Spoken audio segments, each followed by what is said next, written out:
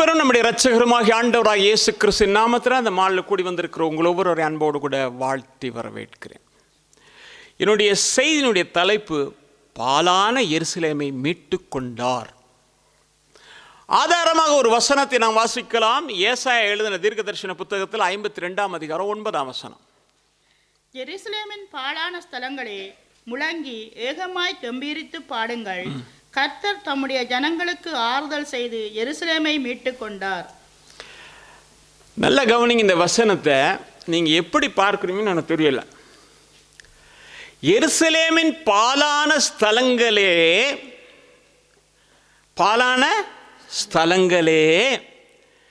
முழங்கி ஏகமாய் கம்பீரித்து பாடுங்கள். கவலையோடு இருக்கான், ஒருத்தர் துக்கத்தோடு இருக்கான், கண்ணீரோடு இருக்கான். அவனுக்கு ஆண்டவர் என்ன திரும்ப சொல்கிறாரு?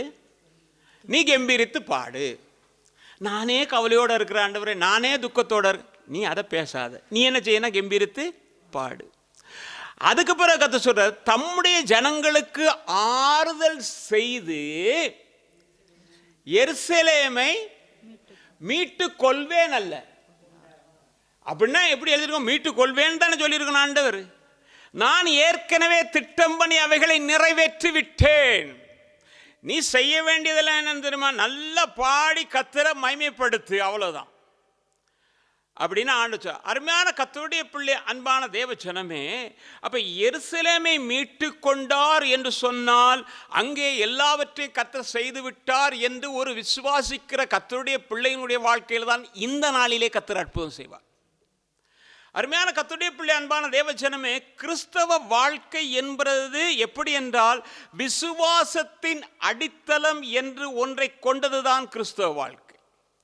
அதுதான் நம்முடைய இது இல்லையா? அதுக்கு மேலே தான் எல்லாம் கட்டப்பட்டிருக்கு. விசுவாசம் இல்லாமல் எதையுமே நாம் தேவனிடத்தில் பெற்றுக்கொள்ளவோ, விசுவாசம் இல்லாமல் தேவனிடத்தில் அன்பு கூறவோ, விசுவாசம் இல்லாமல் தேவனுடைய ராஜ்யத்திற்கு போகவோ நமக்கு முடியாது. விசுவாசம்தான் அடிப்படையான ஒன்றாக இருக்கிறது. எனவே தான் ஆண்டவர் சொல்றாரு, நம்பிக்கை உடைய சிறைகளே, நீங்கள் என்ன செய்யுங்கள் என்றால் அரணுக்கு திரும்புங்கள், இரட்டிப்பான நன்மையை தருவேன், இதை இன்றைக்கே தருவேன் என்று சொல்லுகிறார். இன்றைக்கு நீ விசுவாசத்தோடு கூட உறுதியாக நிற்பாய் என்றால் நான் இன்றைக்கே தருவேன் என்று சொல்லி. நீங்க இப்போ ஒரு பாட்டு ஒன்று படிச்சீங்க. பாட்டு படிக்கும்போது, எனது விளக்கு எரிய செய்தீர், இருளை ஒளியாக்கினீர் ஆண்டவரே அப்படின்னு விசுவாசத்தோடு கூட நீங்க அதாவது செய்துட்டீர் என்று தான் நீங்க படிச்சீங்க. ஆனால் நடைமுறை வாழ்க்கையிலே அந்த வசனத்தை தாவீது எழுதும் பொழுது எப்படி எழுதுகிறான் என்றால், சங்கீதங்களுடைய புத்தகத்தில் 18ஆம் அதிகாரம் 28ஆம் வசனத்தில், தேவரீர் என் விளக்கை ஏற்றுவீர், என் இருளை வெளிச்சம் மாக்குவீர். நான் விசுவாசிக்கிற ஆண்டவரே. ரெண்டு நல்லதான் ஆனால் நாங்கள் தந்தை என்னது அதை விட ஒரு படி மேலே போயிட்டார். எப்படின்னா, என் இருளை வெளிச்சமாக்கிட்டீர் ஆண்டவரே, அங்கே இருளே கிடையாது ஆண்டவரே அப்படின்னு அறிக்கை செய்கிறார்.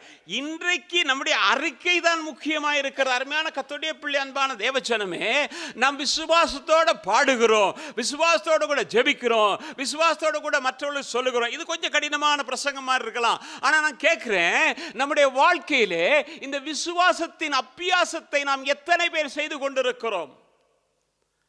நாம் எப்படி தெரியுமா? ஆண்டவரை விசுவாசிக்கிறோம், பேதுருவை போல விசுவாசிக்கிறோம். ஆண்டவரே, நீராய் இருந்தால் நான் நடந்து வருவேன் என்று சொல்லுகிறோம். ஆனால் சுற்றிலும் முற்றிலும் பார்க்கும் பொழுது இருக்கிற சூழ்நிலையை பார்த்தோன்னே, ஆண்டவரே நான் அமிழ்ந்து போகிறேன் என்கிற ஒரு சத்தம் தான் கேட்கிறது. கர்த்தரே பார்த்து போகிறேன், கர்த்தர் இருக்கிறார், கர்த்தர் என்னை பாதுகாப்பார், கர்த்தர் எனக்கு அற்புதம் செய்வார், பிள்ளைக்கு அற்புதம் செய்வார், குடும்பத்துக்கு அற்புதம் செய்வார், சபையில் அற்புதம் செய்வார் என்கிற அந்த விசுவாசம் நம்மிடத்தில் பூர்ணமாய் காணப்படுமானால் நம்முடைய அறிக்கைகளும் அப்படித்தான் இருக்கும். ஆனால் நான் ஒன்று சொல்லுகிறேன், நாம் எல்லாரும் மனிதர்கள் தான், நம்மிடத்திலும் அவிசுவாச குறைவுகள் உண்டுதான். ஆனாலும் இந்த அவிசுவாச குறைவை நாம் நீக்கிக் கொள்ளுகிறதற்காக கர்த்தரிடத்தில் விண்ணப்பம் பண்ணுகிறவர்களாய் நாம் காணப்படுவோம் என்றால் கர்த்தரை செய்து கொடுக்க உண்மையுள்ளவராய் இருக்கிறார். நீங்க வேதத்தில் பார்ப்பீங்கன்னு சொன்னா, மாட்களும் சுவிசேஷத்தில் 9ஆம் அதிகாரம் 24ஆம் வசனத்தை வாசிக்கும் பொழுது, பிள்ளையின் தகப்பன், ஆண்டவரே நான் உண்மை விசுவாசிக்கிறேன் ஆண்டவரே, ஆனாலும் என் அவிசுவாசம் நீங்கும்படி எனக்கு கொஞ்சம் உதவி செய்யுங்க. இன்னைக்கு நம்முடைய வாழ்க்கையிலும் கூட நாம் விசுவாசிக்கிறோம். ஆனால் எங்கேயோ ஒன்று கேள்விப்பட்டது, எங்கோ ஒன்று நடந்தது, எங்கோ ஒன்று நாம் தியானித்தது, எங்கோ ஒன்று பார்த்தது நம்முடைய உள் மனதை ஆட்டிக்கொண்டிருக்கிறது. இதை நீ பார், இப்படி பார், அங்கே பார், அவர்கள் ஜெபித்தார்கள், இவர்கள் ஜெபித்தார்கள், அது நடந்ததா, இது நடந்ததா என்று பல விதத்தில் நம்முடைய சிந்தையை போட்டு குழப்பிக் கொண்டிருக்கிறது. ஆனால் நான் ஒன்று சொல்லுகிறேன், அதை நீங்கள் யோசிக்க வேண்டாம். என்னோடு இருக்கிறவர் உலகத்தில் இருக்கிறவனும் பெரியவர். அருமையான கர்த்தருடைய பிள்ளையே, அப்ப இவன் என்ன தெரியுமா செஞ்சான்? முதலாவது அவங்ககிட்ட நல்ல விசுவாசம் இருந்தது. எப்படின்னா, இயேசு கிறிஸ்து சீசர்களுக்கு வரங்களை கொடுத்தார், இதனால பிசாசுகள் ஓடுகிறது, வியாதியஸ்தர்கள் சுகமாகறாங்க. இதெல்லாம் கேட்டான். கேட்டுட்டு தாம் பிள்ளைக்கும் வருத்தம் இருக்குன்னு தூக்கிட்டு வந்தான். யாருக்கிட்ட? சீசர்மார்கிட்ட கூப்பிட்டு வந்தான். சீசர்மார் போராடி பார்த்தாங்க, ஒண்ணுமே ஆகலை. ஒண்ணுமே ஆகாம இருக்கும்போது பார்த்தா இவங்களுக்கு எல்லாம் கொடுத்தாரு, ஆனால் இவங்க ஒன்றும் செய்யலையே. அப்போ இயேசுவை பார்த்துட்டான். இயேசுவை பார்த்துக்கிட்டு 24 அந்த 9ஆம் அதிகாரம் 22ஆம் வசனம் பார்த்தீங்க தெரியும். அங்கே எப்படி தெரியுமா போட்டிருக்கு? இயேசுவை பார்த்தான், இயேசுக்கிட்ட போகிறான். உம்மால் ஏதாகிலும் செய்ய முடிஞ்சா, ஏதாகிலும் செய்யக்கூடுமானால் நீங்க செய்வீங்க ஆண்டவர் இல்லை, ஏதாவது செய்ய முடிஞ்சா, உங்களால் அந்த வல்லம் இருந்து, உங்களால் அந்த திறமை இருந்து, உங்களால் முடியுமா இருந்தா என் பிள்ளைக்கு விடுதலை கொடுங்க, என் குடும்பத்தில் செய்யுங்க, என் சபையில் செய்யுங்க, என் தனிப்பட்ட இல்லை. உம்மாலே கூடும் ஆண்டவரே, உம்மாலே கூடாது ஒன்றுமே இல்லை ஆண்டவரே. ஆண்டவரே, இந்த உலகத்தில் யாராலும் கூடாமல் இருக்கலாம், ஆனால் நான் விசுவாசிக்கிற தேவனால் கூடாது ஒன்றுமே இல்லை. அருமையான கர்த்தருடைய பிள்ளை, அன்பான தேவச்சனமே, நீங்க பாருங்க, அவன் பார்க்கிறதுக்கு முடியாது. இயேசு என்ன கலர்ல இருக்காருன்னு தெரியாது, இயேசுடைய சீசர்கள் என்ன இப்படி இருக்காங்க. ஆனால் இயேசு செய்த அற்புதங்களை கேள்விப்பட்ட ஒருவன் பர்தேமியு உட்கார்ந்து இருக்கிறான். லூக்கா 18ஆம் அதிகாரத்தில் வாசிக்கும்போது பார்க்கிறோம், உட்கார்ந்து இருக்கிறான். அங்க எல்லாரும் இயேசுவை புகழ்ந்து பாடிக்கொண்டு போகும்போது இவர் அற்புதம் செய்திருக்கிறார், என்றைக்காவது ஒரு நாள் பார்க்க வேண்டும், கேட்க வேண்டும் என்ற வாஞ்சியோடு இருந்தவன் சொல்றான், தாவீதின் குமாரனே எனக்கு இரங்கும், அதாவது நான் பார்வையடைய வேண்டும் ஆண்டவரை, எனக்கு உதவி செய்யும் என்றதுதான் அவனுடைய ஒரே ஒரு வாஞ்சியா இருந்தது. இதை செய்ய அவருக்கு சக்தி இருக்கிறதா இல்லையா என்பதை அவன் யோசிக்கல, எனக்கு செய்வாரா இல்லையா என்பதை யோசிக்க. நீர் எனக்கு இறங்க வேண்டும் ஆண்டவரே. இன்னைக்கு ஆண்டவருடைய வசனத்தை கேட்கிற கர்த்தருடைய பிள்ளை, நான் உனக்கு தெளிவா சொல்றேன், நீ எந்த சூழ்நிலையில எப்படிப்பட்ட பிரச்சனையோடு கூட இந்த இடத்துல இருந்தாலும் சரி, நான் உனக்கு சொல்றேன், ஆண்டவரே எனக்கு இறங்கும், எனக்கு அற்புதம் செய்யும் என்றால் கர்த்தர் செய்ய உண்மையுள்ளவராக இருக்கிறார். அதுக்கு என்ன? விசுவாசம் தான் வேணும். அதனால்தான் ரோமர்கள் நிருபத்தில் 10ஆம் அதிகாரம் 17ஆம் வசனம் சொல்லும்போது சொல்ற, ஆதலால் விசுவாசம் கேள்வியினாலே வரும், கேள்வி தேவனுடைய வசனத்தினால வரும். இதை பார்த்துக்கிட்டே வரும் பொழுது வேதத்தில் இப்படியெல்லாம் அற்புதம், அப்படியெல்லாம் அற்புதம் அப்படின்னு கேட்கும்போது நம்முடைய உள்ளத்துக்குள்ள விசுவாசம் வளர ஆரம்பிக்கும். சாட்சிகள் சொல்லுகிறதுக்கு நாம் ஏன் சொல்றோம்னா, சாட்சிகள் மற்றவர்களை உற்சாகப்படுத்தி அவர்களை ஊந்த தள்ளி நிற்க வைக்கும். நான் காலைல சும்மா எழுந்திரிச்சோடனே பெட்டில் இருந்து கொஞ்ச நேரம் இந்த சபைகளில் சும்மா பார்ப்பேன். ஒரு அருமையான சாட்சி எப்படின்னா, இந்தியாவில் பாஸ்டர் தாமஸ் ராஜுடைய சபையை கட்டுறாங்க, நமக்கு தெரியும். அப்போ அதில் அவங்க சனிக்கிழமை ஈவினிங் ஒரு பேமெண்ட் கொடுத்துடணும், கட்டாயம் பாஸுக்கு பேமெண்ட் கொடுத்துடணும். பகல் சொன்னாங்களாம். இப்படின்னொன்னே அவங்க காசெல்லாம் காணிக்கையெல்லாம் சேர்த்து எல்லாத்தையும் வச்சு ரெடியாக இருக்கும்போது 2 லட்ச ரூபா குறைவு. 2 லட்ச ரூபா குறைவு. இதை எப்படி பேசி என்ன செய்து எப்படி சொல்கிறதுன்னு தெரியாது. காப்ரியலுக்கு ஒன்றுமே தெரியலையா, பாஸ்டர் காப்ரியலுக்கு. அப்போ என்ன செய்கிறேன்னு யோசிக்கிட்டே இருந்து, அப்போ மறுபடியும் ஆஃபீஸில் உட்கார்ந்து, ஆண்டவரே இப்போ எப்படி அந்த முகத்தோடு கூட போய் நான் சொல்கிறது அப்படியெல்லாம் கேட்டுகிட்டு இருந்தேன். அங்கேருந்து ஒரு ஆள் வந்தாராம். சொன்னாராம், நாங்கள் இந்த 2 லட்ச ரூபா ஒரு கான்ட்ராக்டருக்கு கொடுக்கணும். அவருக்கு ஃபோன் பண்ண அவர் சொல்லிட்டாரு, நான் இப்போ வாங்க முடியாது, ஒரு ஆளும் இல்லை, நான் வெளிநாட்டில் இருக்கிறேன், இன்னும் 4 நாள் கழித்து தான் நான் வருவேன். இவர் சொன்னார் 10 நாள் கழித்து கத்தாவே வரட்டும் அப்படின்னு. பாருங்க, அந்தந்த நேரத்தில் எப்படி கத்தர் இதெல்லாம் இல்லை. எங்கள் பாஸ்டர் அப்படி தான், வெளியில் பாஸ் இருந்து கத்துறான், இன்னைக்கு கொடுக்கணும்னு. அவர் சொன்னாராம், இன்னும் கொஞ்சத்தில் ஒரு மணித்தியாலத்தில் அதை பார்க்கலாம் அப்படின்னு போய்ட்டு உள்ளே முட்டி போட்டு ஜெபம் பண்ணாராம். கத்தர் அதை செய்தார், அங்கே செய்தார், இங்கே செய்தார். உங்கள் வாழ்க்கையில் என் வாழ்க்கையில் கத்தர் செய்திருக்கிறாரு. எத்தனை நேரத்தில் எத்தனை தேவைகள் மத்தியில் தேவன் தம்முடைய கரம் குறுகி போகவில்லை என்பதை நிரூபித்திருக்கிறார் என்பதை நினைத்தால் விசுவாசத்திலே நீ உறுதி பண்ணப்பட்டு தேவனிடத்தில் அநேக காரியங்களை பெற்றுக்கொள்ளலாம். அருமையான கர்த்தருடைய பிள்ளை, அன்பான தேவச்சனமே, அப்ப எருசலேம் பாழாக்கப்பட்டது. எருசலேமை குறித்து நாம் கொஞ்சம் பார்ப்போம்னா, இந்த எருசலேம் நமக்கு தெரியும், ராஜாவுடைய சிங்காசனம், ராஜா இருக்கிற இடம், அப்படியெல்லாம் நமக்கு தெரியும். இந்த எருசலேமை பார்க்கும் பொழுது இதற்கு என்ன இதுன்னு சொன்ன அதனுடைய அர்த்தம் என்னன்னா, அமெரிக்கை, அமைதி, அதே வேளை சமாதானம், ரெண்டு சொல்லப்படுகிறது. நீங்க வேதத்தில் வாசித்து பார்க்கும் பொழுது பார்த்தீங்கன்னா தெரியும். வாசிங்க. முதலாவது ஆதியாகமத்தின் புத்தகத்தில் 14ஆம் அதிகாரம் 18ஆம் வசனம். அன்றியும் உன்னதமான தேவனுடைய ஆசாரியனாயிருந்த சாலேமின் ராஜாவாகிய மெல்கிசேதேக்குக்கு அப்பமும் திராட்சரசமும் கொண்டு வந்து. சரியா, சாலேமின் ராஜா அவருக்கு அப்பமும் திராட்சரசமும் கொண்டு, அதாவது ஆபிரகாம் போய் சத்துருக்களை மேற்கொண்டு வரும் பொழுது அவன் என்ன செய்கிறான்? ஆபிரகாமுக்கு அப்பமும் திராட்சரசமும், இவன் அவனுக்கு எல்லாவற்றையும் தசமபாகம் கொடுத்தான் என்று எழுதப்பட்டிருக்கு. அருமையான கர்த்தருடைய பிள்ளையே, இந்த வசனத்தை இந்த இடத்துல ஒரு முறை ஒரு போதகர் வந்து பிரசங்கம் பண்ணும்போது, லூக்கா எழுதின நட்சத்திர கடைசி அதிகாரத்தில் 2 சீசர்மாரும் போனாங்க. போகும்போது இயேசு தொடர்ந்து அவர்களோட போயிட்டு அவர்களுக்கு அப்பமும் திராட்சரசமும் கொடுக்கும்போது கண்கள் திறக்கப்பட்டது என்பது பிரசங்கத்தை இந்த இடத்துல பண்ணார். எத்தனை பேருக்கு ஞாபகம் இருக்கோ தெரியல. அருமையான ஒரு செய்தி. அருமையான கர்த்தருடைய பிள்ளையே, அப்படியா இருந்தா இன்றைக்கு மாலை கூடி இருக்கிற கர்த்தருடைய பிள்ளையே, அப்பமும் ரசமும் நாம் கர்த்தருடைய பந்தியிலே பங்கெடுக்கும் பொழுது நினைவு கூறுகிறோம். அது இன்றைக்கும் அற்புதங்களை செய்து கொண்டிருக்கிறது என்பதை தான் நினைவுபடுத்த விரும்புகிறேன். கடந்த கிழமை நீங்க அற்புதத்தோடு கூட தான் நீங்க வந்தீங்க. ஆண்டவர்ட்ட ஒரு எதிர்பார்ப்போடு கூட வந்தீங்க. ஆண்டவர்ட்ட ஜெபிச்சிருப்பீங்க, ஆண்டவரே இந்த அற்பமும் ரசமும் என் வாழ்க்கையில் அற்புதம் செய்யணும். அதை கர்த்தர் நிச்சயமா செய்வார். அப்படியா இருந்தா முதலாவது இவனுக்கு எபிரேயருக்கு எழுதின 7ஆம் அதிகாரம் 2ஆம் வசனம் பார்த்தீங்கன்னாக்கும், இவனுக்கு ஆபிரகாம் எல்லாவற்றிலும் தசமபாகம் கொடுத்தான். இவனுடைய முதற் பேராகிய மெல்கிசேதேக்கு என்பதற்கு நீதியின் ராஜா என்றும், பின்பு சாலேமின் ராஜா என்பதற்கு சமாதானத்தின் ராஜா என்றும் அர்த்தமாம். அப்ப சமாதானத்தின் ராஜா என்றால் எருசலேம் முதல்ல எப்படி இருந்து சொன்னா சாலேம் என்று தான் எழுந்தது. அதுதான் நாட்கள் கடந்து வரும்பொழுது எருசலேம் என்று மாறினதுன்னு சொல்லி நாங்கள் அந்த புத்தகத்தில் படித்தேன். அப்படியா இருந்தா சாலேம் என்று சொல்லும் பொழுது ராஜா. இன்னொரு வகையில் நான் அதை உங்களுக்கு உறுதிப்படுத்தி சொல்வேன். என்ன, எருசலேம் வந்து தேவனுடைய சிங்காசனம் இருக்கிற நகரமாக இருக்க கீழே பார்ப்போம். அப்படியா இருந்தா அந்த இடத்துல இருந்து வந்தவர் யாருன்னா சமாதானத்தின் தேவன். இந்த சமாதானம் பாழாக்கப்பட்டால் அது இல்லாமல் போயிடும். ஆனால் மறுபடியும் இந்த மாலையில் அந்த சமாதானத்தை தேவன் உனக்கும் எனக்கும் கொடுக்க உண்மையுள்ளவர் என்று சொல்லுகிறேன். அருமையான கர்த்தருடைய பிள்ளை, அன்பான தேவச்சனமே, அடுத்து நீங்க பாத்தீங்கன்னா ஏசாயா தீர்க்கதரிசன புத்தகத்தில் 33ஆம் அதிகாரம் 20ஆம் வசனத்தை வாசிக்கும் பொழுது, நம்முடைய பண்டிகைகள் ஆசாரிக்கப்படும் நகரமாகிய சீயோனை நோக்கி பார், உன் கண்கள் எருசலேமை அமெரிக்கான தாவரமாகவும். என்னது எருசலேம்? அமைதியான ஒரு இடம். ரட்சிக்கப்பட்ட கர்த்தருடைய பிள்ளையினுடைய வாழ்க்கையில உள்ள எப்ப கொச்சிட்டு இருக்க கூடாது, சமாதானம் இல்லாமல் இருக்க கூடாது, சந்தோஷமா இருக்கணும். அதனாலதான் உள்ள இருக்க வெளியில இருக்கணும் சொன்னா எப்பொழுதும் சந்தோஷமா இருங்கள் என்று சொல்லி. உள்ள பல பாடுகள் வேதனைகள் எல்லாம் இருந்த போதும் கூட பவுல் சொல்லுகிறார், சந்தோஷமாயிருங்கள் சந்தோஷமாயிருங்கள் என்று மறுபடியும் உங்களுக்கு சொல்லுகிறேன் என்று சொல்லி.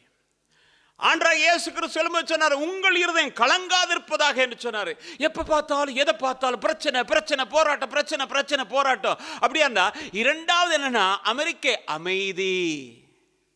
அப்ப இந்த அமைதியை குலைக்க வேண்டும் என்கிறதான் பிசாசினுடைய திட்டம். எருசலேமை பாழாக்கணும், உன் வாழ்க்கையில் இருக்கிற சமாதானத்தை, உன் அமைதியை கெடுக்கணும்ன்றத பிசாசு. மூன்றாவது நீங்க பார்ப்பீங்கன்னு சொன்னா அங்க பாருங்க, எருசலேம் எப்படின்னா தேவனுடைய சிங்காசனம் என்று சொன்ன எரேமியா தீர்க்கதரிசன புத்தகத்தில் 3ஆம் அதிகாரம் 17ஆம் வசனத்தை வாசிக்கும் பொழுது,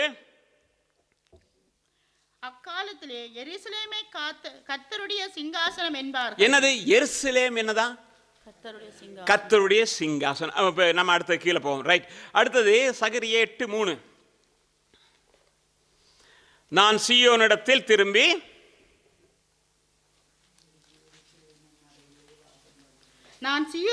திரும்பி எருசலேமின் நடுவிலே வாசம் பண்ணுவேன்.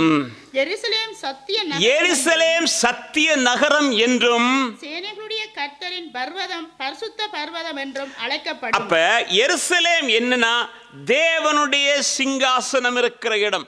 எருசலேம் சத்திய நகரம். எருசலேம் என்ன செய்கிறனா பரிசுத்த பர்வதம். என் ஆண்டவர் பரிசுத்தர். அப்ப தம்முடைய சிங்காசனத்தை அங்கே வைக்கிறார். எப்படின்னா, நான் எருசலேமில் நடுவில் வாசம் பண்ணுவேன். அப்ப இந்த எருசலேம் எங்கே இருக்கிறது என்றால் அது நீங்களும் நானும் தான். தேவன் நமக்குள்ளே வாசம் பண்ணுகிறார். தேவன் நமக்குள்ளே சிங்காசனத்தை வைத்திருக்கிறார். தேவன் பரிசுத்தராக ஆளுகை செய்கிறவராய் இருக்கிறபடினாலே இந்த இருதயத்துக்குள்ள சமாதானம் எப்பொழுதும் நிலை கொண்டிருக்க வேண்டும். ஹல்லேலூயா. அப்ப இதை பாலாக்கணும். சமாதானம் இல்லாமக்கிறோம். கர்த்தருடைய பிள்ளைയുടെ வாழ்க்கையில் இருக்கிற சமாதானத்தை இல்லாமக்கிறோம். சந்தோஷத்தை இல்லாமக்கிறணும். அவனை எப்ப பார்த்தாலும் கொதிக்க வைக்கணும். கொதிக்க வச்சு காரியங்களை செய்ய வேண்டும் என்கிற பிசாசுடைய திட்டம். ஆனால் ஆண்டவர் சொல்றாரு, நீ நல்ல துதி, நல்ல மகிமைப்படுத்து. நீ முழங்கி கர்த்தரை துதிக்கும் போது நான் என்ன செய்வேன் சொன்னா, உன்னை மீட்டு கொள்வேன். அதனால தான் மீட்டு கொண்டேன் என்று சொன்னார். முடிச்சிட்டார். அவர் எப்பயோ மீட்டு கொண்டுட்டாரு. இப்போ நீங்கள் செய்ய வேண்டும் தெரியுமா? அதை விட்டுட்டு என்னதான் பிசாசு போட்டாலும் நல்ல கர்த்தரை துதிக்கணும். அதான் வாய் திறந்து நல்லா துதிக்கணும். துதிக்க உள்ளத்துக்குள்ளே இருந்து ஒரு சமாதானம் வந்துக்கிட்டே இருக்குங்க. சில நேரம் சிலர் துதிக்கும் போது அப்படியே கண்ணீராக ஓடும். அந்நிய பாஷை பேசுவாங்க, ஆவியில் நிறைவாங்க. ஏன் தெரியுமா? தேவ சமாதானம் நிறைக்கும். ஏனென்றால் நம்முடைய சமாதான கர்த்தர் அவர் தான். அவர் சிங்காசனம் போட்டு உட்கார்ந்து. அருமையான கர்த்தருடைய பிள்ளை, அன்பான தேவச்சனமே, அப்போ இது பரிசுத்த பர்வதம். இந்த எருசலேம் நீங்கள் தான். பாருங்க, இந்த எருசலேமை இந்த உலகத்தில் எவ்வளோ பேர் இருக்கும்போது எருசலேமை கர்த்தர் தெரிந்து கொண்டார் என்று சொல்லப்பட்டிருக்கிறது. அந்த எருசலேம் மேலே தான் என்ன செய்யறான்? பிசாசு கண் வச்சிருக்கான். சகரியா புத்தகத்தில் 3ஆம் அதிகாரம் 2ஆம் வசனம். அப்பொழுது கர்த்தர் சாத்தானை நோக்கி, கர்த்தர் உன்னை கடிந்து கொள்வாராக. சாத்தானே, எருசலேமை தெரிந்து கொண்ட கர்த்தர் உன்னை கடிந்து கொள்வாராக. இவன் அக்கினியில் நின்று தப்புவிக்கப்பட்ட கொள்ளி அல்லவா என்றார். அக்கினியில் நின்று தப்புவிக்கப்பட்ட கொள்ளி. யோசுவாவை குறித்து நாம் பார்க்கிறோம். பிரதான ஆசாரியனாகிய யோசுவா, அவனுக்கு ஆண்டவர் அழகான வஸ்திரங்களை எல்லாம் கொடுத்திருந்தார். இப்ப இவன் என்ன தெரியுமா செய்திருக்கிறான்? அந்த வஸ்திரத்தை அப்படியே எல்லாம் ஊத்தியாக்கிட்டான். ஏதோ பண்ணி ஒரு மாதிரியா பண்ணி இவன் உடுப்பெல்லாம் அசுத்தமாக்கிட்டு அவன் என்ன செய்யறான்னா, தேவனுடைய சமூகத்திற்கு கொண்டு வந்து நிறுத்திட்டு பக்கத்திலே நிற்கிறான். எதுக்கு? அவன் மேல குற்றம் சாட்டுகிறதுக்காக. நீங்க கொடுத்த பரிசுத்த வஸ்திரத்தை எல்லாம் எப்படி அசுத்தமாக்கி இருக்கான் பாத்தீங்களா? அப்படி அசுத்தமாக்குனதே அவன் தான். பிசாசு தான் அந்த காரியத்தை செய்துட்டு அவன் என்ன செய்யறான்? கர்த்தருக்கு முன்பதாக நம்மை குற்றவாளிகளாக கொண்டு வந்து நிறுத்துகிறவனாய் இருக்கிறான். ஆனால் தேவ பிள்ளையே, தேவன் நமக்காக எப்பொழுது நிற்கிறார் என்பதை மறந்து விடாது. அதற்காக எப்பொழுது நான் பிழை செய்து கொண்டிருக்கலாம் என்கிற சத்தியத்தை நான் சொல்லவில்லை. ஆனால் நீ தவறும் போது தேவன் உன்னை தூக்கி நிற. ஏனென்றால் நான் விழுந்தாலும் எழுந்திருப்பேன் என்றுதான் வேதம் சொல்லுகிறது. என்னை தாங்குகிறவர், ஏந்துகிறவர், என்னை தூக்கி சுமக்கிறவர் ஒருவர் இருக்கிறார். அப்படியா இருந்தா எப்படி? சாத்தானை நோக்கி கர்த்தர் உன்னை கடிந்து கொள்வார். எருசலேமை தெரிந்து கொண்ட கர்த்தர், அவன் அக்கினிருந்து, இன்றைக்கு மாலையில் கூட இருக்கிற கர்த்தர் உன்னையும் என்னையும் கர்த்தர் பார்த்து சொல்றாரு, அக்கினிருந்து தப்புவிக்கப்பட்ட கொள்ளிகள், இவர்கள் மேல் குற்றச்சாட்டுறதுக்கு நீ யார்? எதுக்காக தெரிந்துகிட்டாரு உங்களை என்னையும் தெரியுமா? தம்முடைய நாமம் விளங்கும்படியாக. இந்த உலகத்தில் நானும் நீங்களும் உலகை வரும் பொழுது அவருடைய நாமம் விளங்கும்படியாகத்தான். இந்த உலகத்தில் கோடான கோடி பேர் இருக்கும்போது கர்த்தர் உங்களையும் என்னையும் தெரிந்து. கொஞ்சம் யோசித்து பாருங்க, குடும்பங்களில் கூட எல்லாருக்கும் இந்த சந்தர்ப்பம் கிடைக்கல, எல்லாருக்கும் இந்த மேலான ஆசீர்வாதம் கிடைக்கல.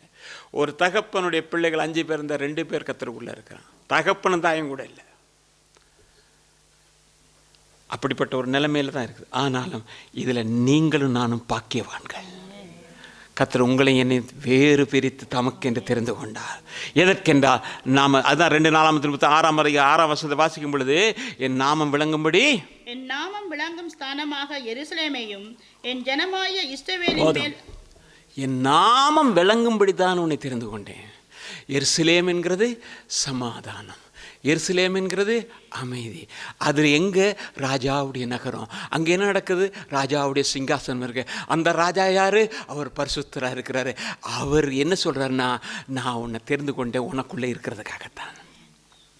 அருமையான கர்த்தருடைய பிள்ளையே, அப்படியா இருந்தால் இதை பாழாக்க வேண்டும் என்கிறது பிசாசுடைய திட்டம்.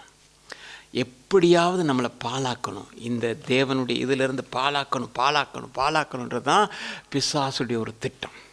நீங்கள் வேதத்தில் பார்க்கும் பொழுது இயேசு கிறிஸ்து சொன்னார், மத்தேயு சுவிசேஷம் 13ஆம் அதிகாரம் 14ஆம் வசனத்தில், பாழாக்குகிற அருவருப்பை குறித்து தானியேல் தீர்க்கதரிசி நன்றாக சொல்லியிருக்கிறானே அப்படின்னாரு. அப்போ பாழாக்குற அருவருப்பை ஏற்படுத்துகிறவன் யார் என்றால் பாழாக்குகிறவன். உங்கள் வாழ்க்கையை, என் வாழ்க்கையை பாழாக்குறவன் தன்னுடைய கிரியைகளை அப்படி செய்கிறான். அது எப்படியா இருந்தால் கீழே பார்ப்பான், அருவருப்பாக இருக்கும். அதே வேலை பார்த்தீங்கன்னு சொன்னால் அவன் என்ன செய்கிறான், இன்றைக்கு குடும்பங்களை பாழாக்குறான், வாலிபர்களை பாழாக்குகிறான், சபைகளை பாழாக்குகிறான். எந்த இடத்திலெல்லாம் தன்னுடைய கிரியைகளை தேவ பிள்ளைகளுக்கு விரோதமாக வேகமாக செய்ய முடியுமோ அதை செய்து கொண்டு தான் இருக்கிறான். நல்லா இருந்த குடும்பங்கள் இன்றைக்கு எப்படின்னா, இன்றைக்கி நீங்கள் பார்த்தீங்கன்னா கிறிஸ்தவ உலகத்தில் விவாகரத்து என்று எப்படியே வருது. விவாகரத்து, அதை ஆதரிக்கிறதுக்கு ஒரு கூட்டம், மறுமணம் செய்து கொள்கிறதுக்கு இன்னொரு விதை ஏவி விடுகிற போதகர்மார். தவறாக நினைக்க வேண்டாம், சத்தியத்தை சொல்லும்படியே சொல்கிறேன், இருக்குது. ஏன்? அவன் திட்டம் குடும்பமாக இருந்தால் கர்த்தருடைய ராஜ்யத்துக்கு போயிடுவாங்க. அவங்களை எப்படியாவது அதிலேருந்து கெடுக்கணும், எப்படியாவது பிரிக்கணும், குடும்பங்களை சீரழிக்கணும்.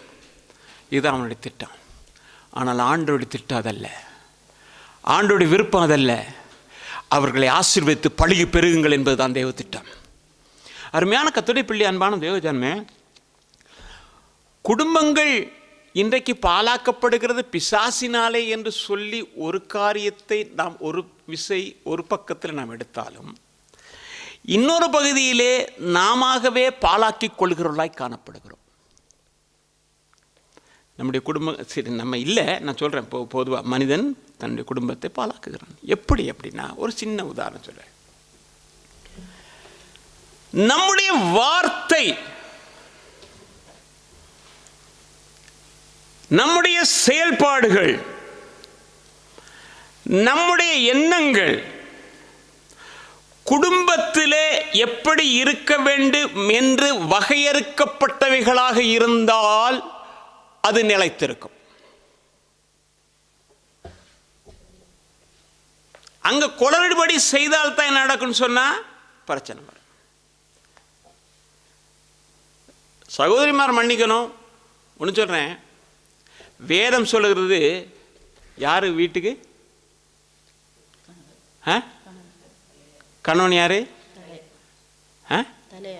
தலை. நல்லது, தலையா இருக்குது. அது முண்டமாக அலைஞ்சிக்கிட்டு இருக்குது. ஏன்னா கழுத்தை வெட்டியாச்சு. எப்படி வெட்டுது? அவருக்கு ஒண்ணுமே தெரியாது. பாருங்க, என்னது, அவருக்கு ஒன்றும் தெரியாது. புள்ள எந்த ஸ்கூலுக்கு போக தெரியாது, என்ன படிக்கிறது தெரியாது, என்ன சமைக்கிறது. நீங்க எல்லாம் அப்படி இருக்க மாட்டீங்க, அதனால தைரியமா பேசுறேன். நீங்க அப்படியெல்லாம் இருக்க மாட்டீங்க தானே. நீங்க எதை கேட்டாலும் அவருக்கு தான் தெரியும்னு சொல்லுவீங்க. அது கத்தருக்கு தெரியும். கத்தருக்கு தெரியாது என்ன நமக்கு தெரியும். சில நேரம் சில காரியத்தை நான் சொல்லுவேன் கத்தருக்கே தெரியாதுன்றேன். எந்த விசுவாசி சபைக்கு வருதுன்னு கத்தருக்கே தெரியாது. ஒரு நாள் ஒருத்தர் கேட்டாங்க, யாரும் வராங்க, அது கத்தருக்கே தெரியாது, திருப்பி எனக்கு எப்படி தெரியும்?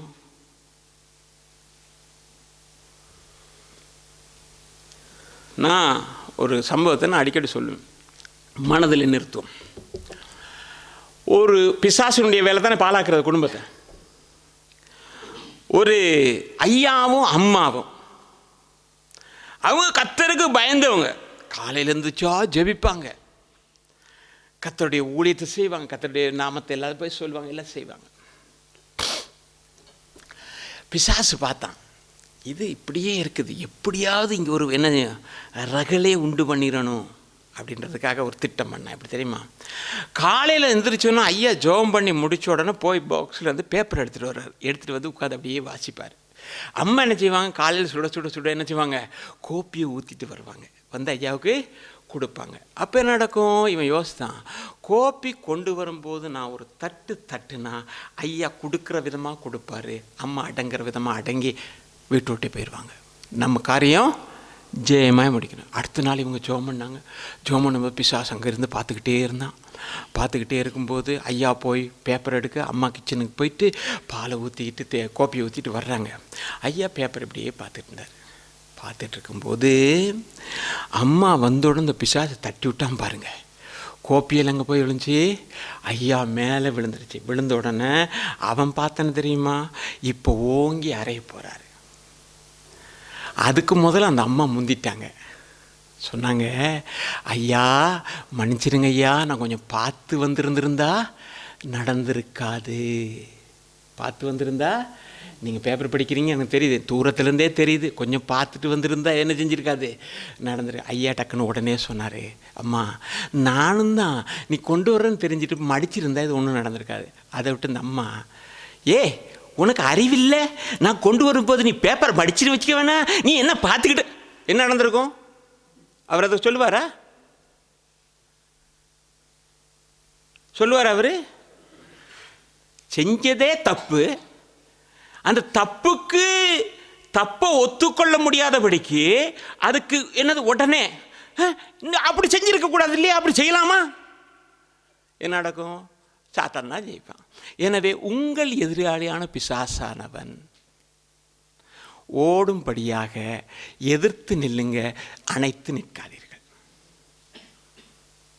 எங்க கனப்படுத்தணுமோ கனப்படுத்தி பேசி பழகுங்க, உயர்த்தி பழகணுமோ உயர்த்தி பழகுங்க. தேவையற்ற சொற்களுக்கு வீடுகளிலே இடம் கொடாதிருங்கள். ஞானத்தை தேடுங்கள். ஞானத்தை கண்டடையத்தக்கதான சமயத்தில் தேடி எப்படியெல்லாம் பெற்றுக்கொள்ள முடியும் என்று சொல்லி கேட்டு ஞானத்தோடு நடப்பீர்கள் என்றால் நீங்கள் கண்மலையின் மேலே இருக்கிற, பட்டணத்தின் மேலே இருக்கிற ஒரு அஸ்திவாரம் கட்டப்பட்டது போல நீங்கள் இருப்பீர்கள். உங்கள் வீடும் அங்கே இருக்கும். நல்லா கவனிங்க, ஞானமா பேசணும். இந்த வார்த்தை இங்கு உபயோகிச்சா என்ன நடக்கும், எப்படி நடக்கும், ஏது நடக்கும், இதை கர்த்தருடைய பிள்ளைகள் ஒவ்வொரு உங்கள் வார்த்தை சுருக்கமாக இருப்பதாக. அதுக்குன்னு சுருக்குன்னு ஒரு வார்த்தை சொன்னேன் பாருங்க, அது இல்லை, சுருக்கமாக இருப்பதாக. சுருக்குன்னு சொன்னேன், அவர் தூக்கு போட்டு தான் சாக்கணும். எங்க இல்லை, ஒரு கதைக்கு சொன்னேம்மா, நீங்கள் சொல்ல மாட்டீங்கன்னு தான் எனக்கு தெரியுமே, அதனால தான் தைரியமாக பேசுகிறேன். நீங்கள் சொல்லுவீங்க நான் பேசுவேன், நான் நம்ம கதையை கேட்டு தான் பேசுகிறேன்னு சொல்லுவீங்க, அதனால நான் பேச மாட்டேன். ரெண்டாவது, வாலிபர்களை பாழாக்கி கொண்டிருக்கிறான். இன்றைக்கு வாலிபர்கள், கர்த்தருக்குள்ள வளர்ந்தவர்களே இன்றைக்கு எப்படி இருக்கிறாருன்னா பிசாசு பாலாக்கி போட்டுட்டான்.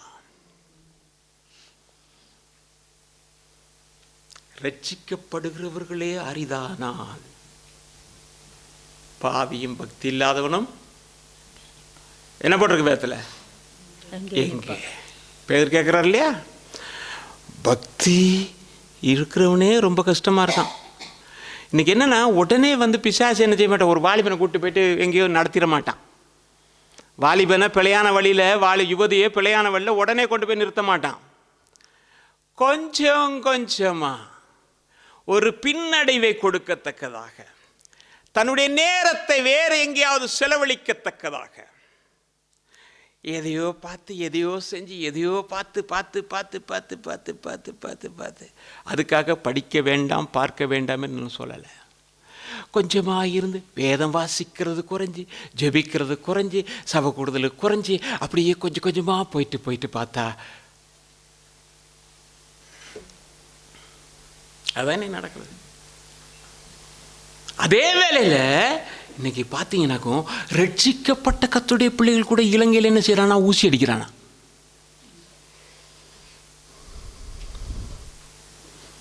எங்கள் சபையில் நான் சொன்னேன்னு நினைக்கிறேன், எங்கள் சபையில் ஒரு இதில் அவன் என்ன செஞ்சுருக்கான், டெலிஃபோன் எல்லாத்தையும் கட் பண்ணிட்டான். சொன்னான், நான் வீட்டை விட்டு யாரும் வெளியில் போகிறதில்லன்ட்டான். தாயும் தவன் வயசு போன ஆட்கள் வெளியில் போகிறதில்ல, பயமுறுத்தி வச்சிருக்கிறான். இலங்கை பூராவும் இன்றைக்கு வாலிபர்களை, யுவதிகளை என்ன செய்யறான், பிசாசு அடிமைப்படுத்தி வைத்திருக்கிறான். ஆனால் ரட்சிக்கப்பட்ட எருசலேமே, இந்த செய்தியை கேட்குற தேவ பிள்ளையே, நாம் எல்லாரும் வாலிபர்கள் தான். கிறிஸ்துவுக்குள் வாலிபர்கள் தான் நம்மை பாதுகாத்துக்கொள்ள நாம் தேவனோடு நடக்கத்தக்கதாக நம்மை ஒப்பு கொடுத்து கொள்வோம். இன்றைக்கி சபைகளை பாலாக்குறான், பிசாசு பாலாக்குறானா? ரட்சிக்கப்படாதவன் மூலமாக பாலாக்குறான், அது வேறு விஷயம். அவன் ஜபை ஏறிக்கிறான் வைக்கிறான். இன்றைக்கி ரட்சிக்கப்பட்டவன் மூலமாகவே பாலாக்குறான். எப்படி? ஏதோ ஒன்று காட்டி, எங்கேயோ ஒன்று காட்டி, ஏதோ ஒன்று செய்து. கடைசி காலம் எருசலேமே, உன்னை பாலாக்கிறதுக்காக பிசாசு திட்டம் பண்ணி இருக்கிற நேரத்தில் நீ கர்த்தரை நல்லா மகிமைப்படுத்திக்கோ. அப்போ உனக்கு ஆறுதல் செய்து உன்னை மீட்டு கொண்டவர் கர்த்தர், அவர் மகிமைப்படுவார். அவன் செய்கிறது எல்லாமே ஒழுங்கினமான காரியம்தான். நீங்கள் வேதத்தில் பார்ப்பீங்கன்னா ஆதியாகமத்தின் புத்தகத்தில் 1 அதிகாரம் 2 வசனத்தை பார்த்திக்கும் போதுங்க, பூமியானது ஒழுங்கின்மையும் வெறுமையுமாய் இருந்தது, ஆழத்தின் மேல் இருள் இருந்தது, தேவ ஆவியானவர் ஜலத்தின் மேல் அசைவாடி கொண்டிருந்தார். என்னது? விழுந்துட்டான்.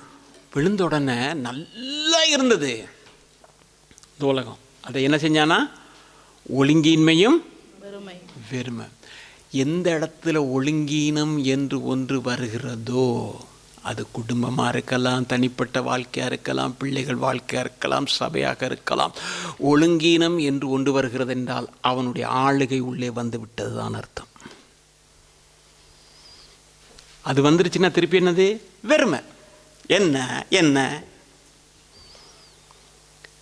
ஏனென்றால் பிசாசு அவன் பொல்லாதவனாக இருக்கான். அவன் என்ன செய்கிறான்னா, அடுத்தது தேவ பிள்ளைகளை என்ன செய்யணும்? அப்படியே இல்லாமல் ஆக்கிடணும், பாலாக்கி அவருடைய வாழ்க்கையை அப்படியே நாசமாக்கணும், சீரழிக்கணும் அப்படின்றது. ஆனால் தேவன் கைவிட மாட்டார். ஏனென்றால் அழைத்தவர் உண்மையுள்ளவராக இருக்கிறார். அழைப்பும் கிருபாவரங்களும் மாறாதவைகள். ஹல்லேலூயா. அப்படியே இருந்த கர்த்தருடைய பிள்ளையே, எரேமியா தீர்க்கதரிசன புத்தகத்தில் நாம் பார்க்கிறோம், பிசாசு எருசலேம் என்ன செய்கிறான்? முற்றுகை போடுகிறான். அப்பொழுது பாபிலோன் ராஜா சேனை எருசலேமை முற்றுகை போட்டது. அப்போ முற்றுகை போடும் பொழுது அங்கே என்ன நடக்கும் என்று சொன்னால், அங்கே பஞ்சம், பசி. அதே வேளையில் அங்கே என்ன நடக்கும்னு சொன்னால், தயவு, தாட்சணை, இரக்கம் என்கிறது இல்லாமல் போகும். வாசித்து பாருங்க 2 ராஜாக்களுடைய புத்தகத்தில் 6 அதிகாரம் 24, 25. இதற்கு பின்பு சீரியா ராஜாவான பெனதாத் தன் இராணுவத்தை எல்லாம் கூட்டிக் கொண்டு வந்து சமாரியாவை முற்றுகை போட்டான். அதனாலே சமாரியாவிலே கொடிய பஞ்சம் உண்டாயிற்று. ஒரு கழுதை தலை 80 வெள்ளிக்காசுக்கும் புறாக்களுக்கு போடுகிற காற்படி பயறு 5 வெள்ளிக்காசுக்கும் விற்கப்படும் மட்டும் அதை முற்றுகை போட்டான். இப்போ என்னது? ரொம்ப பஞ்சம், தலைவிரித்தாடுது. தலைவிரித்தாடும் பொழுது அங்கே ஒரு சம்பவம் நடக்குது. அது ஏற்றுக்கொள்ளவோ ஜீரணிக்கவோ முடியாத ஒரு சம்பவம். வாசிங்க அதை 28ஆம் வசனத்தை. ராஜா பின்னையும் அவரை பார்த்து, உனக்கு என்ன வேண்டும் என்று கேட்டான். அதற்கு அவள், இந்த ஸ்திரீ என்னை நோக்கி, உன் மகனை தா, அவனை இன்று தின்போம், நாளைக்கு என் மகனை தின்போம் என்றாள். எனது பஞ்சம் கொடிதானொன்னு 2 பேர் பெத்த பிள்ளைகளை வெட்டி தின்னுவோன்னு முடிவு வந்துட்டாள். ஒருத்தி சொல்கிறா, இன்றைக்கி ஓம் பிள்ளையத்தான் நம்ம தின்னுவோம், நாளைக்கு ஏன் பிள்ளையத்தான் தின்னுவோன்னு முந்திட்டான். அவள் பாவி, ஒன்றுமே தெரியாது, வெட்டி சாப்பாடு கொடுத்து சமைச்சாச்சு, சாப்பிட்டாச்சு. அடுத்த நாள் இவ சொல்கிறா, ஓம் பிள்ளைய நீ தாவேன் சாப்பிடணும். தரமாட்டேன், என் பிள்ளைய தரமாட்டேன், என் வயிறு நிறைஞ்சிருச்சு அப்படின்றா. ராஜா கிட்ட போகிறாங்க. ஈவு இரக்கமற்ற ஒரு செயலை அவன் பார்க்கிறான். தன் வஸ்திரத்தை கிழித்து கொள்ளுகிறான். பிசாசு எங்கே முற்றுகை போடுகிறானோ அங்கே என்ன நடக்கும்னா, பாலாக்குற இடத்துல முதலாவது ஈவு இரக்கத்தை இல்லாமக்கிடுவான். தரித்திரத்தையும் பஞ்சத்தையும் வறுமையையும் கொண்டு வர. ஏனென்றால் அவன் ஒழுங்கின்மையும் வெறுமையும் கொண்டு வருகிறவன். அது அவன் செய்வான். நமக்கு வர வேண்டிய ஆசீர்வாதங்கள் எத்தனையோ விதத்தில் வர வேண்டியது அப்படியே தடை பண்ணிடுவான். அது கிடைக்கக்கூடாது. கிடைச்சாதானே இவன் கர்த்தரை மகிமைப்படுத்துவான், கிடைச்சாதானே நன்றியோடு துதிப்பான். அது கிடைக்காட்டி என்ன செய்வான்? தூசிப்பான். அதனால் அதை தடை பண்ணணும். முற்றுகை போடுவான். முற்றுகை போட்டால் உள்ளேருந்து யாரும் வெளியில் போக முடியாது, வெளியிலேருந்து யாரும் உள்ளே வர முடியாது.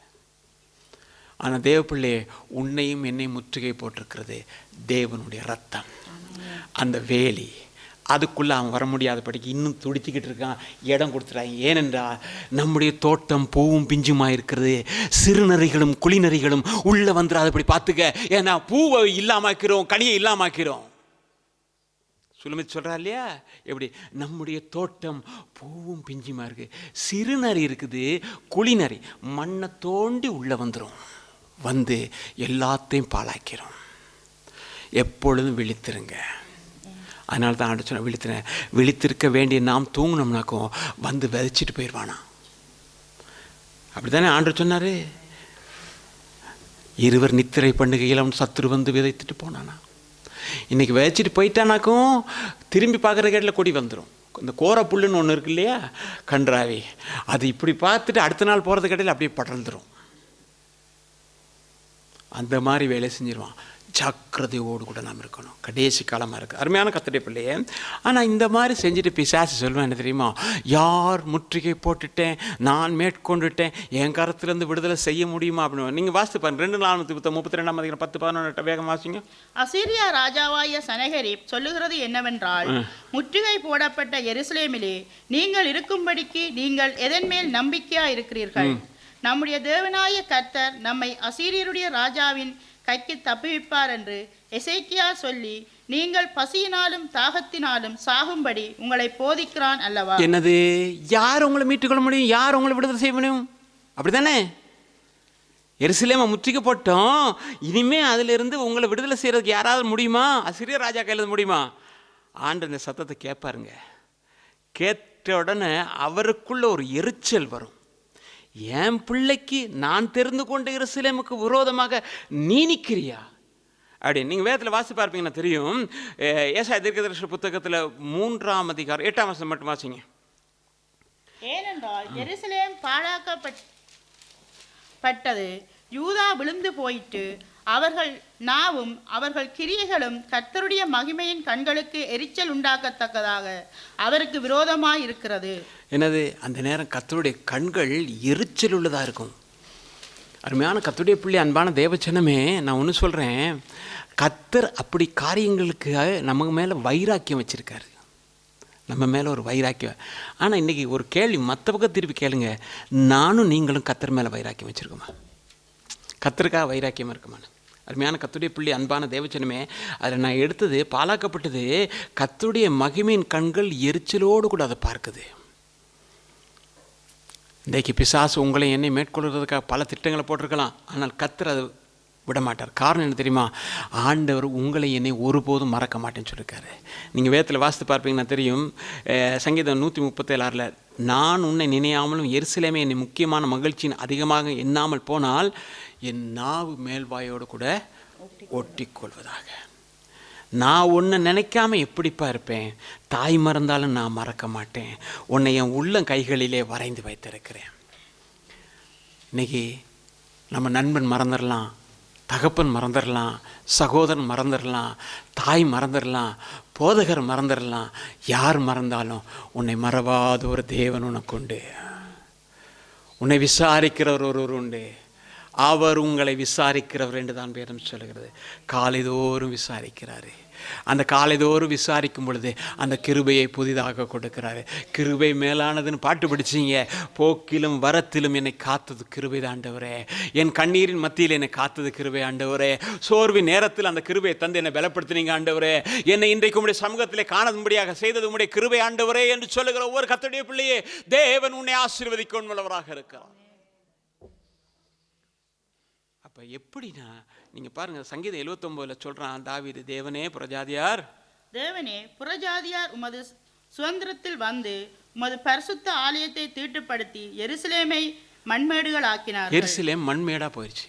எருசலேம் மண்மேடாக போனால் என்ன நடக்கும் அப்படின்றத பார்த்தீங்கன்னாக்கும் ஒரு வசந்த வாசிங்க 33 எரேமியா 10. மனுஷன் இல்லாமல் மிருகம் இல்லாமலும் அவாந்திர வெளியாய் கிடக்கிறதென்று நீங்கள் சொல்லுகிற இவ்விடத்திலும் யூதாவின் பட்டணங்களிலும் மனுஷனாவது மிருகமாவது இல்லாத பாலான வீதியாய் எருசலேம் காணப்படும். அங்கே ஒன்றுமே இருக்காது, வெறிச்சோடு போயிருக்கும். பாலான எருசலேம் எப்படி இருக்கும்? வெறிச்சோடி, அங்கே எதுவுமே தொடர்பு இருக்காது. ஊரடங்கு சட்டம் போட்டது போல இருக்கும். அருமையான கர்த்தருடைய பிள்ளை, அன்பான தேவச்சனமே, அப்போ ஒன்றுமே இருக்காது. நீங்கள் 2 ராஜாக்களுடைய புத்தகத்தில் 25ஆம் அதிகாரம் 10ஆம் வசனத்தை வாசிக்கும் பொழுது, காவல் சேனாதிபதியோடு இருந்த கல்தேரின் இராணுவத்தார் எல்லாரும் எருசலேமை சுற்றிலும் இருந்த அலங்கங்களை இடித்து போட்டார். என்னது அப்படியா இருந்தா என்ன நடக்குதுன்னா, கல்தேர் அலங்கத்தை இடித்து போட்டார்கள். சுவரை என்ன செஞ்சிட்டாங்க? இடித்து போட்டுட்டாங்க. அருமையான கர்த்தருடைய பிள்ளை, அன்பான தேவச்சனமே, இன்றைக்கு நீங்களும் நானும் பாழாக்கப்பட்ட நிலையிலிருந்து கர்த்தரை துதித்து கர்த்தர் நம்மை என்ன செய்கிறார்னு சொன்னால் மீட்டு கொண்டேன் என்று சொல்கிறார். ஆனால் நானும் நீங்களும் இன்னொரு காரியத்தை செய்யணும்னா, இதே மாதிரி எருசலேம் எத்தனையோ இடங்களில் பாழாக்கப்பட்டு கிடக்கிறது, அதன் மதில் இடிந்து விழுகிறது. நான் என்ன செய்யணும் அப்படின்னு ஒரு கேள்வி இருக்குமா இருந்தால், வேதத்தில் தொடர்ந்து பார்க்கும்பொழுது நீங்கள் பார்த்தீங்கன்னா எப்படின்னா, நெகேமியா புத்தகத்தில் 1ஆம் அதிகாரம் 3ஆம் வசனத்தை வாசிங்க. அதற்கு அவர்கள், சிறையிருப்பில் மீதிருக்கிறவர்கள் அந்த தேசத்திலே மகா தீங்கையும் நிந்தையையும் அனுபவிக்கிறார்கள். எருசலேமின் அலங்கம் இடிபட்டதும் அதன் வாசல்கள் அக்கினியால் சுட்டரிக்கப்பட்டதுமாய் கிடக்கிறது என்றார்கள். எனது நெகேமியா அவன் யாரு? பானபாத்திரக்காரன், அப்படிதானே? ராஜாவுக்கு கொடுக்க. இப்ப சிறைப்பட்டு போனவர்கள் அங்கே தீங்கை அனுபவிக்கிறார்கள். அதே வேலை நடந்திருக்குது. அங்கே என்னன்னா, எருசலேம் அலங்கம் இடிக்கப்பட்டு போனது. ராஜா வாசம் பண்ணுகிற இடம், ராஜாவுடைய சிங்காசனம் இருக்கிற இடம், பரிசுத்த தேவன் இருக்கிற இடம், அந்த ஜனத்தின் வாழ்க்கையை பார்க்கும் பொழுது இப்ப நிந்தையும் அவமானமும் வேதனையுமாக இருக்கிறது என்று ஒருவன் ஓடி வந்து சொல்லுகிறான். சரி, நாம் என்னதான் செய்ய முடியும்? நெகேமியா என்ன சொல்லிருக்கான்? இவ்வளோ பிரச்சனை, நாம் என்ன தனி மனுஷன் என்ன செய்ய முடியும்? அப்படிதானே? நம்ம ஏதோ ராஜாவுக்கு பானபாத்திரக்காரனாக இருக்கிறோம், வேலை வேலைக்கு சாப்பாடு கிடைக்குது, படுக்கிறதுக்கு இடம் கிடைக்குது, நாம் நிம்மதியாக இருக்கிறோம். அவனுக்காக நம்ம என்ன செய்யணும்? வேணா ஒரு சொட்டு கண்ணீரை விட்டுருப்போம்.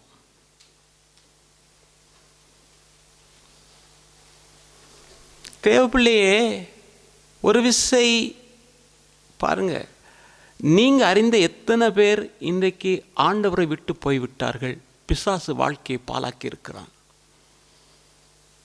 அவர்கள் நிந்தையும் அவமானத்தையும் வேதனையும் தாங்கிக் கொண்டிருக்கிறார்கள். குடும்பங்கள், தனிப்பட்டவர்கள், சில வேளை சபைகளே அப்படிப்பட்ட ஒரு நிலைமையில் இருக்குது. நீங்கள் கேள்விப்படுறீங்க, நாங்கள் ஒன்றும் இல்லை, நாங்கள் நல்லா இருக்கிறோன்னு நினைக்கிறீங்களா? இந்த நாட்களிலே நீ மௌனமாக இருந்தால் எங்கே இருக்குதுன்னு யாருக்காவது தெரியுமா? என்னது? ஜனத்துக்கு வரப்போகிற ஆபத்தை பார்த்துட்டு நான் சந்தோஷமா ராஜா விட்டு பொஞ்சாதையே இருக்கிறேன்னு நினைச்சா உனக்கு நாளைக்கு வரும்ன்றதை நினைச்சுக்கன்ட்டு மொர்தெக்காய் சொல்றான். நெகேமியா கேள்விப்பட்ட உடனே என்ன தெரியுமா செய்யறான்?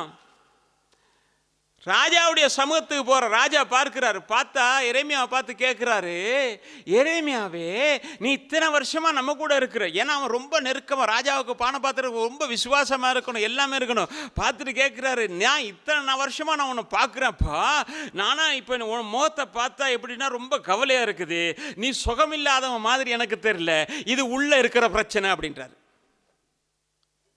அப்படிதானே சொல்றாரு? என்னது இது? உன் சரீரத்தில் அப்படியே இருந்த காலையிலேயே டெலிகிராம் அடிச்சிருப்ப, நான் வேலைக்கு வர மாட்டேன்னு. நீ வந்திருக்கிற, நீ வந்திருக்கிற, ஆனா இது என்னது? உள்ளப்பட்டிருக்கிற காயப்பா. என்ன அப்படின்னா, எருசலேம் பாலா போயிடுச்சு. வாசிங்க 2ஆம் அதிகாரம் 17ஆம் வசனம். பின்பு நான் அவர்களை நோக்கி, எருசலேம் பாலா இருக்கிறதையும் அதன் வாசல்கள் அக்கினியால் சுட்டரிக்கப்பட்டு கிடக்கிறதையும் நாம் இருக்கிற சிறுமியையும் பார்க்கிறீர்களே, நாம் இனி நிந்தைக்குள்ளாக இராதபடிக்கு எருசலேமின் அலங்கத்தை கட்டுவோம் வாருங்கள் என்று சொல்லி. எருசலேமின் அலங்கத்தை கட்டணும், ரெடி ஆயிட்டான். ஆனா இப்ப என்ன தெரியுமா செய்யணும்? ராஜா கிட்ட போய் விஷயத்தை சொல்லணும். ராஜா, எருசலேம் இப்படி போயிடுச்சு, எங்க முற்பிதாக்கள் இருந்த கல்லறையெல்லாம் இப்படி ஆயிடுச்சு, எங்களுக்கு உதவி செய்ய. தாராளமான லெட்டர் தர்றப்பா, தாராளமாக. இயேசு கிறிஸ்து ஒரு காரியம் சொன்னார், என்ன தெரியுமா? பிதாவை வேண்டிக் கொள்ளுங்கள். எதுக்கு? அன்றன்றுள்ள ஆகாரத்தை எங்களுக்கு வேலையாட்களை அனுப்பும்படியாக பிதாவை வேண்டிக் கொள்ளுங்க. ஏன்னா இங்கே நிறைய வேலை இருக்குது. எத்தனையோ எருசலேம்கள் பாழாக்கப்பட்டு இருக்கிறது ஆண்டவரே. அதற்காக ஆண்டவரே ஆட்களை எழுப்புங்கன்னு. அதேவேளை நானும் நீங்கள் என்ன செய்யணும், அந்த பாழாக்கப்பட்ட எருசலேமுக்காக பிரயாசப்பட்டு அதை கட்டுகிறதற்காக செயல்படுவோமே. ஆனால் தேவன் உங்களையும் என்னையும் ஆசீர்வதிப்பார். அவன் எப்படி ஆயிட்டும், அவன் எப்படி போனால் தான் நமக்கு என்ன? நாம் நல்லா இருக்கிறோமே, நம்ம சாப்பிட்றோமே, நாம் குடிக்கிறோமே. இன்றைக்கி போன கிழமை இந்த கிழமையெல்லாம் சபையை பார்க்கும்போது ஒரு சந்தோஷம் எனக்கு. தேவஜனங்கள் கர்த்தரோடு கூட நடக்கிறது நினைக்கும்போது சந்தோஷம். இன்னும் அநேகரை கொண்டு வந்து தேவராஜ்யத்துக்குள்ளே சேர்க்கணும். தேவனோடு கூட நடக்கிறவர்களாய், அவர்கள் ஆசீர்வதிக்கப்பட்டவர்களாய், அவர்களை தேவன் ஆசீர்வதித்தார் என்று சொல்லுகிற சாட்சி எழுப்பத்தக்கதாக அவர்களுக்காக விண்ணப்பிக்கவும் செயல்படவும் வேண்டியது உங்களுடைய என்னுடைய கடமையாக இருக்குது. அருமையான கர்த்தருடைய பிள்ளை, அன்பான தேவச்சனமே, அப்படி நாம் செய்கிறதுக்கு அதான் சொல்லப்பட்டிருக்கு. என்னென்னா ஏசாயா 62:7 சொல்லப்பட்டிருக்குது, அவர் எருசலேமை ஸ்திரப்படுத்தி பூமியிலே அதை புகழ்ச்சியாக்கும் வரைக்கும் அவளை அமர்ந்திருக்க விடாதிருங்கள். அவர் என்ன செய்யாங்க? உட்கார வைக்கிறாங்க. அவர் சும்மா இருக்க விடாதீங்க. எது வரைக்கும்? இந்த பாலா கிடக்குது இல்லையா, அது எருசலேமெல்லாம் பாலா போயிருக்கு இல்லையா, அதை பூமியிலே புகழ்ச்சியாக்கும் வரைக்கும். பின்மாற்றத்தில் இன்னைக்கு இருக்கிறான்னு சொல்லிட்டு பேசிட்டு போகலாம்.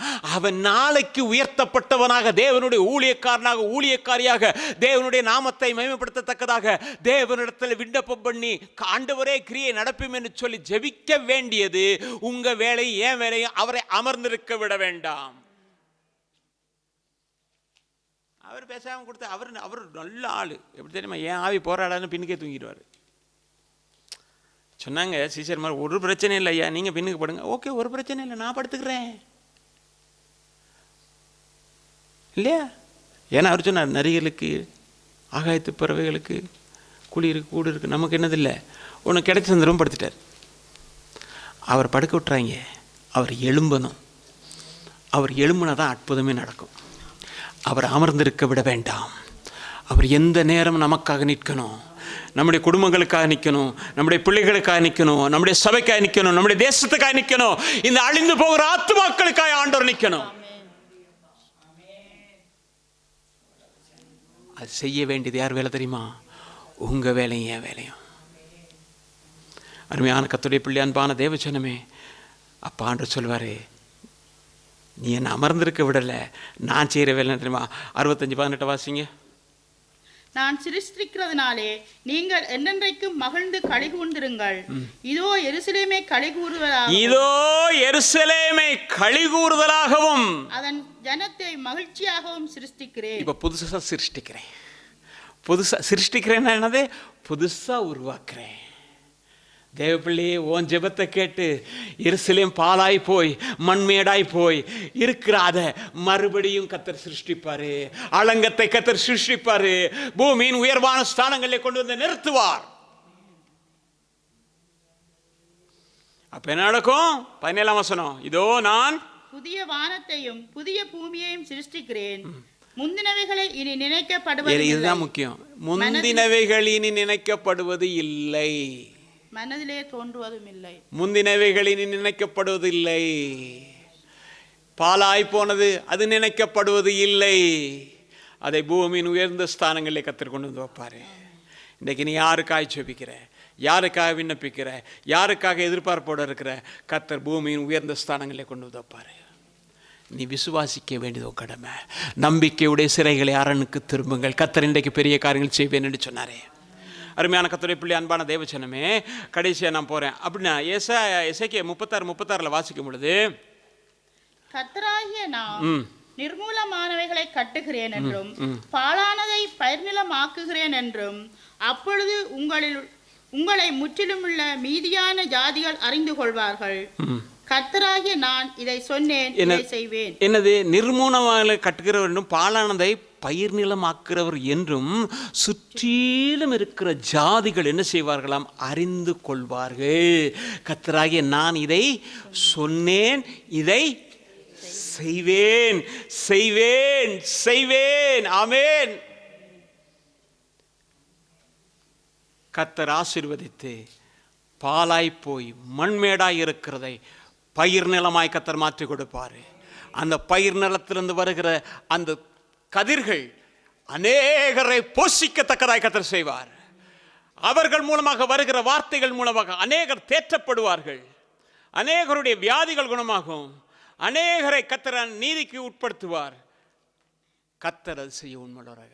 நீ முந்தினவைகளை நினைக்க வேணாம், அதே நினைச்சிட்டு கவலைப்பட வேணாம். கர்த்தர் பெரிய காரியம் செய்வார்னு சொன்னால் அது செய்வார். அருமையான கர்த்தருடைய பிள்ளை, அன்பான தேவஜனமே, அப்படியே நீங்கள் பார்த்தீங்கன்னா நீதிமொழியுடைய புஸ்தகத்தில் இன்னொரு காரியம் சொல்கிறேன். பாலாய் போகிறதுக்கு இன்னொரு காரணம் என்ன தெரியுமா? அவங்கவுங்களே தங்களை பாலாக்கிடுவாங்க. எப்படி? அவங்கவுங்களே தங்களை நீதிமொழியுடைய புத்தகத்தில் 25ஆம் அதிகாரம் 28ஆம் வசனத்தை வாசிங்க. தன் ஆவியை அடக்காத மனுஷன் மதிலிடிந்த பாழான பட்டணம் போல் இருக்கிறான். அடக்காதவன், தன்னுடைய கிரியைகளிலே சரியானது இல்லாதபடிக்கு, செயல்பாடுகளை சரியா ஒரு அடக்கமில்லாமல் நடக்கிற ஒரு வாழ்க்கை வாழுகிறவன். அது வாயின் வார்த்தையாக இருக்கலாம், செய்கைகளாக இருக்கலாம். அந்த ஆவி தோய்ந்து போனதாக இருந்தால் அது ஆட்டோமேட்டிக்காகவே பாலாக போயிடும். ஆவி அடக்காத மனிதன் மதில் இடைந்த பாலான பட்டணம் போல இருக்கிறான். ஆண்டு சொல்றாரு 52:1, எழும்பு எழும்பு சீயோன், உன் வல்லமையை தரித்துக்கொள், பரிசுத்த நகரமாகிய எருசலேமே உன் அலங்கார வஸ்திரங்களை உடுத்திக்கொள். இனிமே வந்து பிசாசு உங்ககிட்ட வரவே மாட்டான், உங்ககிட்ட காரியங்களை செய்ய மாட்டான். இனி அவன் உன்னிடத்திலே வருவதில்லை. ஏசாயா 52:9 நாங்கள் பார்த்த முதலாவது வசனம். எருசலேமே பாலான ஸ்தலங்களிலே முழங்கி ஏகமாய் கம்பீரித்து பாடுங்கள். கர்த்தர் ஜனங்களுக்கு ஆறுதல் செய்வார். எருசலேமை மீட்டு கொண்டார். அதுக்கு பிறகு மீட்டு கொள்வார், அதெல்லாம் மீட்டு கொண்டார். உன்னை மீட்டு கொண்ட கர்த்தர், என்னை மீட்டு கொண்ட கர்த்தர், உன்னுடைய வாழ்க்கையில் என்னுடைய வாழ்க்கையிலும் ஆண்டவர் விரும்புகிறது என்ன தெரியுமா? கர்த்தரை நல்லா கொஞ்ச நேரம் கம்பீரித்து துதி, கர்த்தரை மகிமைப்படுத்தி. கர்த்தரை மகிமைப்படுத்தும் பொழுது தேவன் அநேக அற்புதங்களை செய்வார், அதிசயமான காரியங்களை செய்வார். உன்னை உயர்த்துவார், உன் குடும்பத்தை உயர்த்துவார், பிள்ளைகளை உயர்த்துவார், சபையை உயர்த்துவார். பாலாக்கிற அருவருப்பை குறித்து நீ கேள்விப்பட்டிருக்கிற. பாலாக்கிறவன் என்ன செய்வான்னு சொன்னால் ஒழுங்கின்மையும் வெறுமையும் கொண்டு அந்த விதைப்பான். ஆனால் அவன் பாலாக்கிறவன் தான். ஆனால் நம்முடைய ஆண்டவரோ அவனுடைய காரியங்கள் எல்லாவற்றிலிருந்து உன்னை என்னை விடுதலையாக்கி ஆண்டவர் உன்னை என்னை மகிமைப்படுத்துவார். எருசலேமில் இன்றைக்கு எத்தனையோ எருசலேம் வெளியில் இருக்கலாம், அவர்களுக்காக நீ பரிந்து பேசு. ஒரு எரேமியா, அந்த நெகேமியா பரிந்து பேசுனது போல பரிந்து பேசு. நான் அலங்கத்தை கட்டணும் ஆண்டவரே, அலங்கத்தை கட்டணும் ஆண்டவர்னு சொல்லுங்கள். அப்போ கர்த்தர் என்ன செய்வார்னு சொன்னால் கர்த்தர் செய்வார். எருசலேமை ஸ்திரப்படுத்த வரைக்கும் அவரை அமர்ந்திருக்க விட வேண்டாம், அவரை உட்கார விட வேண்டாம். ராத்திரி பகலா தேவ சமூகத்திலிருந்து நீங்கள் இருப்பீங்கன்னு சொன்னால் கர்த்தர் அதிவிரைவில் அற்புதங்களை செய்து மகிமைப்படுத்துவாங்க. எல்லாரும் எழுந்திருப்பாங்க, ஸ்தோத்திரம் பண்ணுவா.